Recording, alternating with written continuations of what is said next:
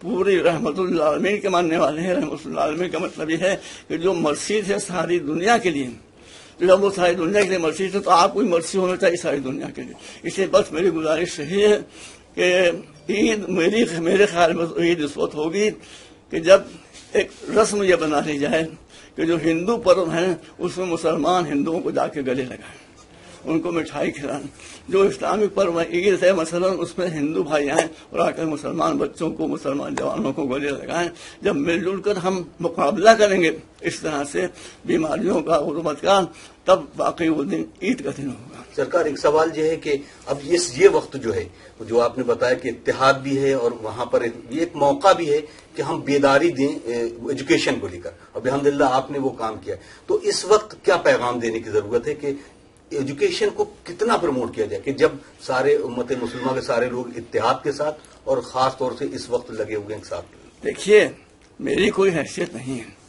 میں اللہ کا ماننے والا ہوں، رسول اللہ کا ماننے والا ہوں، مولا علی کا ماننے والا ہوں. مولا علی نے کیا کہا؟ مولا علی کا ارشاد نہج البلاغہ میں موجود ہے کہ جس کو نالج مل گئی، جس کو گیان مل گیا، اس کو سب مل گیا. اس کو سب مل جائے گا. جو آج نہیں وہ بھی اس کو کل مل جائے گا. اور اس سے گیان چھن گیا، اس کے بعد جو کچھ ہے وہ بھی چلا جائے گا. اس بات کو ہندو بھی یاد رکھیں، مسلمان بھی یاد رکھیں، کرسچن بھی یاد رکھیں. اصل سب سے جو ٹاپ موسٹ امپورٹنٹ میسج ہے وہ یہی ہے کہ آپ اس دیش سے غریبی کا خاتمہ کر دیں اور جہالت کا خاتمہ کر دیں. حضور، کیونکہ ابھی جو ہے فی الحال پوری دنیا میں سوشل ڈسٹینسنگ جو ہے یہ چل رہی ہے. اب عید کے موقع پر تمام مسلم تنظیموں نے یہ اپیل کی ہے اپنے لوگوں سے کہ آپ لوگ شاپنگ میں بھیڑ نہ لگائیں، شاپنگ نہ کر کے جو بھی آپ خریداری کرتے وہ پیسہ آپ غریبوں میں آپ چیریٹی کریں. اس پہ آپ کیا؟ دیکھیے، اسلام میں چیریٹی یہ نہیں ہے کہ میرے پاس جو کچھ بچا ہے میں غریبوں کو دے دوں. اسلام میں جو چیریٹی کنسپشن ہے وہ یہ ہے کہ آپ بھوکے رہیں، دوسرے کا پیٹ بھریں. آپ اپنی ضرورت کو نہ دیکھیں، دوسرے کی آوشکتا کو دیکھیں. کہ بالکل صحیح بات ہے. مولا علی کے آپ سیرت کو دیکھ لیجیے. مولا علی جس وقت کے خلیفہ تھے اس وقت لوگوں نے جا کے دیکھا جو کی سوکھی ہوئی روٹی کھا رہے ہیں. یہ ایک خلیفہ وقت، یہ ایک بادشاہ وقت. بادشاہ تو اسلام میں ہے نہیں، لیکن یہ ایک بادشاہ جو اپنی جگہ پر ہے اور ٹاپ موسٹ پاور اس کو موصول ہے، وہ جو کی روٹی کھا رہا تھا. مولانا صاحب جس طرح سے بیٹا بات تو ختم دیجیے ابھی ایک آدھا منٹ. تو جب کسی نے کہا مولا آج تو آپ اپنی غذا بدل دیجیے، کہا کہ I am head of the state. میری غذا وہ ہونا چاہیے جو میرے ملک کے غریب سے غریب انسان جو ہے وہ بھی کھا رہے ہوں، مجھے وہ کھانا چاہیے. تو یہ ایک ماڈل ہے مولا علی کا جو ہمارے سامنے رکھا ہوا ہے، جو ہر لیڈرشپ کو اپنے سامنے رکھنا چاہیے کہ لیڈر جو ہوتا ہے وہ اپنی فکر نہیں کرتا، ہمیشہ دوسروں کی فکر کرتا. جن کا ہیڈ آف دا اسٹیٹ اس کو بنائے گا.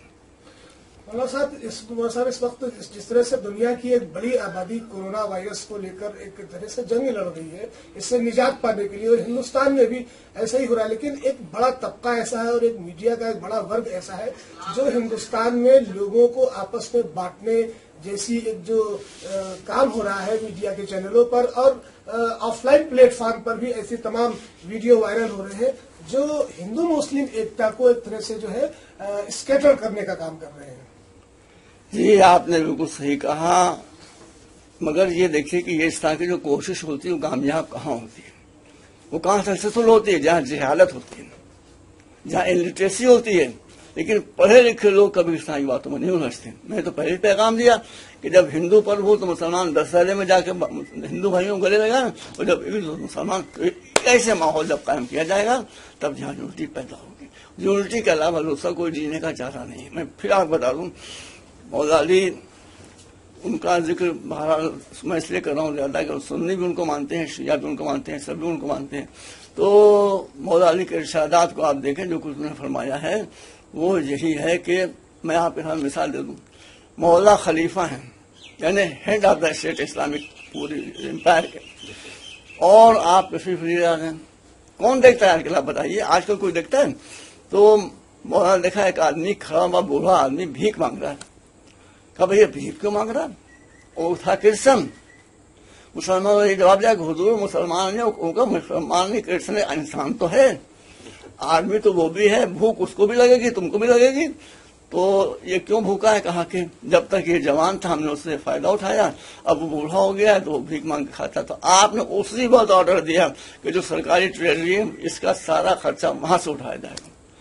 تو گورنمنٹ کا یہ فریضہ ہے، گورنمنٹ اپنے کھانے کے لیے نہیں بنی، گورنمنٹ جو بنتی ہے وہ غریبوں کو کھلانے کے لیے بنتی ہے، وہ غریبوں کی سمسیاں حل کرنے کے لیے بنتی ہے. یہ ماڈل جہاں پر سامنے رہتا ہے معاشرے کوئی پرابلم سے نہیں آتی. ایک بڑا سوال اس وقت اٹھ رہا ہے پورے ہندوستان میں بھی اور دنیا کے کئی ملکوں میں بھی اٹھ رہا ہے. جس طرح سے ہندوستان میں لاک ڈاؤن کو لے کر تیسرا مرحلہ شروع ہوا، اور ایسے میں جب انسانوں کو بھوک سے جو بلکتے لوگ ہیں ان کی بھوک کو مٹایا جائے اور انسانی زندگی کو چلانے کے لیے ضروری اشیاء مہیا کرائے سرکار، ایسے میں شراب خانوں کا کھولا جانا یہ ہندوستان کے لیے کتنا بڑا فائدہ اور کتنے بڑے نقصان کا باعث بن سکتا ہے. اور گوشت کی دکانیں جو بند کر دی گئی ہیں اس میں شہروں نے بھی مکھیہ منتری سے ایک طرح سے آگرہ کیا ہے اور دوسرے لوگوں نے بھی کہا ہے، گوشت کے ویپاریوں نے بھی کہا ہے کہ گوشت کی دکانوں کو کھولا جائے اگر شراب خانوں کو کھولا گیا ہے. دیکھیے ایک شاعر نے کہا ہے، شعر تو مجھے یاد نہیں مگر اس نے کہا ہے کہ آج کل کے زمانے میں مسجدیں بند کر دی گئی، مندر بند کر دیے گئے، شراب خانے کھول دیے گئے. یہی اس کا جواب ہے. محض یو پی کے اندر 1 ارب روپے کی شراب، یہ سرکاری آفیشل اسٹیٹمنٹ ہے، 100 کروڑ کی شراب ایک رات میں بکی ہے. آپ بتائیے 100 کروڑ کی شراب ایک رات میں بکی ہے، اس کے بعد دھن پٹک کتنی ہوگی آپس میں، کتنا لڑائی جھگڑا ہوگا، میں اب کتنے لڑائی بچوں سے کتنے. یہ ہم کسی گورنمنٹ کے وہ اس میں نہیں ہے، ہم پولیٹیکل ایک فگر نہیں ہے، لیکن ہمیں یہ کہنا ہے کہ اسلام یا دھرم یا ہندو دھرم یا کرسچن دھرم لوگوں کے پیٹ بھرنے کا ذمہ دار ہونا چاہیے، ان کو نشہ باز بنانے کا ذمہ دار نہیں ہونا چاہیے. ہمارے یہاں نشہ باز بنائے جا رہے ہیں لوگ، پیٹ بھرنے کی فکر نہیں. آخر میں صوبے کے لوگوں سے کس طرح سے عید منائی جائے، کیونکہ بہت سے ایسے ویڈیو وائرل ہو رہے ہیں جس میں کہا جا رہا ہے کہ دکانیں کھولی جائیں گی اور لوگ خریداری کرنے کے لیے دکانوں پہ امر پڑیں گے، اور ایسے میں میڈیا کے ایک بڑے ورگ کو موقع ملے گا کہ مسلمانوں کو ٹارگٹ کیا جائے. جیسے تبلیغی جماعت کو لے کر میڈیا کے ایک بڑے مین اسٹریم میڈیا کے ایک بڑے دھڑے نے جو ہے کافی واویلا مچایا تھا. ایسے میں صوبے کو لوگوں کے لیے آپ کی طرف سے کوئی ایک مشورہ کہ عید کیسے منائیں؟ میرا مشورہ اس خوشی کے موقع پر یہ ہے کہ میڈیا کی ذمہ داری لوگوں کو ملانا ہے، لوگوں کی سمسیاؤں کا سمادھان نکالنا ہے، لڑانا نہیں ہے، ان کو پھنسانا نہیں ہے، ان کی مشکلوں میں اضافہ کرنا نہیں ہے. یہ بات لڑانے سے کچھ حاصل نہیں ہے، کوئی نتیجہ نہیں ہوتا. ہندو مارا جائے گا تو وہ بھی ایک انسان ہے، مسلمان مارا جائے گا وہ بھی ایک انسان ہے. تو سب سے پہلے ہم کو یہاں لوگوں کو بتانا ہوگا کہ ہیومن لائف کی اہمیت کیا ہے. ہندو ہے لیکن ہیومن بینگ، آپ سے مار کیسے سکتے ہیں؟ تو کسی کو بھی مارنے کی اجازت اس حکومت میں نہیں ہونا چاہیے، کسی کو بھی ستانے کی اجازت اس حکومت میں نہیں ہونا چاہیے. یہ ہماری نیشنل گورنمنٹ ہے.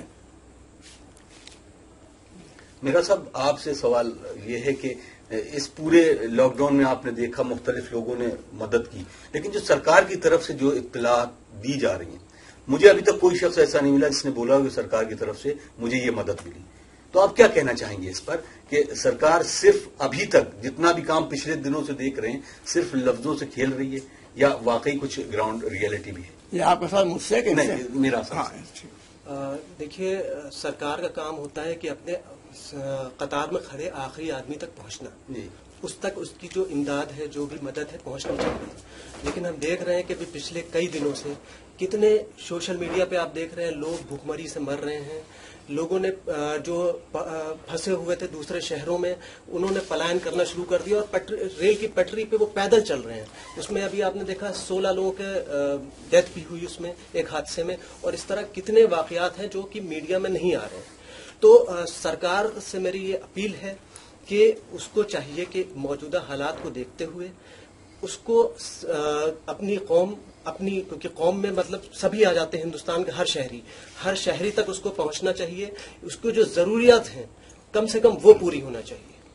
کیونکہ ابھی انہوں نے جیسا کہ کہا کہ میں نے شراب اس لیے کھول دی کیونکہ میرے پاس ریونیو بڑھے، تو اب ان کے پاس ریونیو پہلے سے ہی بھی تھا. ابھی انہوں نے WHO سے لون لیا اور کافی لونز لیے ہیں ورلڈ بینک سے، اور اس کے باوجود بھی اگر غریب لوگوں تک اس کی امداد نہیں پہنچ رہی ہے تو بہت شرم کی بات ہے. اور جہاں تک رہی اس بار عید کی بات، تو کیونکہ اس وقت عالم انسانیت ایک بہت ہی برے دور سے گزر رہا ہے، تو میں چاہوں گا کہ اس بار عید ہر سال ہم لوگ بڑی زور و خوشی سے مناتے ہیں، نئے لباس پہنتے ہیں. میری سب سے اپیل ہے کہ اس بار جو ہے وہ نئے لباس نہ خریدے جائیں.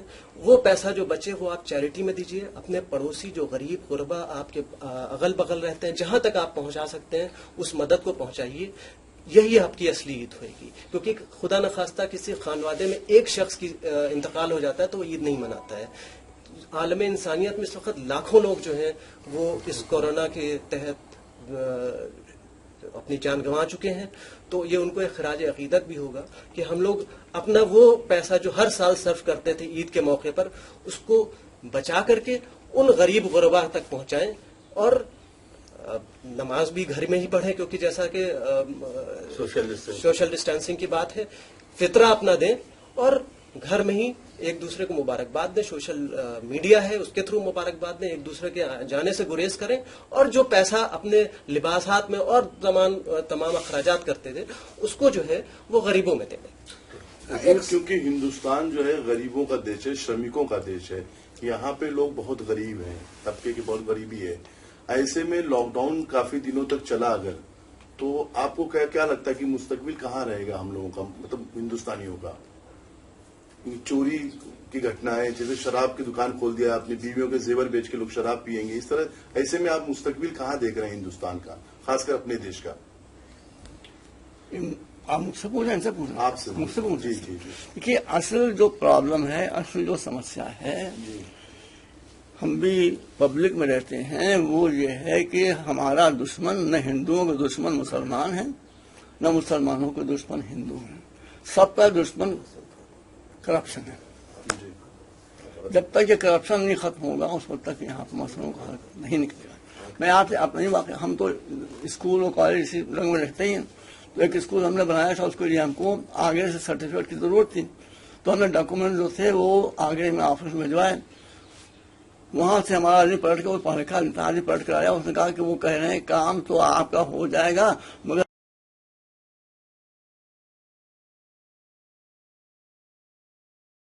جنید خان پٹھان کی رپورٹ. دیش دنیا کی ہر چھوٹی بڑی خبر دیکھنے کے لیے ہمارے چینل ہند وطن سماچار کو سبسکرائب کریں اور بیل آئیکن دبائیں، جس سے آپ کو ہر خبر سمے سے ملتی رہے. ادھک جانکاری کے لیے سمپرک کریں. Contact number 8707210999.